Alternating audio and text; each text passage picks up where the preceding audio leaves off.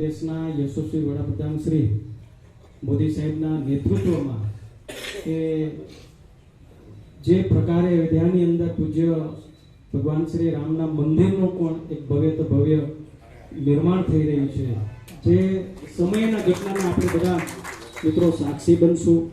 પાવાગઢની અંદર 500 વર્ષ પછી ત્યાં ધજા લઈ રહી છે.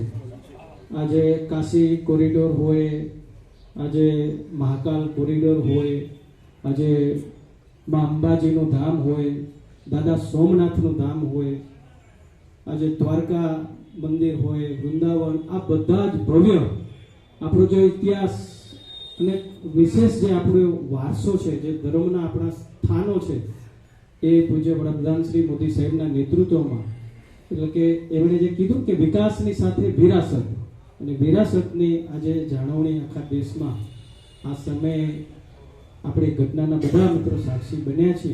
અને ગુજરાત સરકાર દ્વારા આપણા બધાનું શ્રદ્ધાનું આસ્થાનું કેન્દ્ર માતાના મઠ પૂજ્ય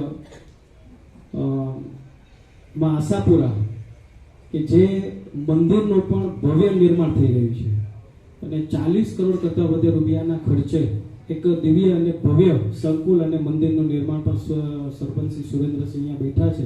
તમે કલ્પના નહીં કરી શકો એ પ્રકારનું મંદિરનું પણ નિર્માણ થઈ રહ્યું છે. આપણા બધા જ યાત્રાધામોનો પણ આવરી લીધા છે સરકાર દ્વારા, અને એમનો પણ પુણેશ્વર હોય, પછી થાન જાગીર હોય, એવા અનેક નામો લઈ શકો કે ભવ્ય નિર્માણો મિત્રો થઈ રહ્યા છે. અને આપણે બધા એમાં બધા સહભાગી બનીએ.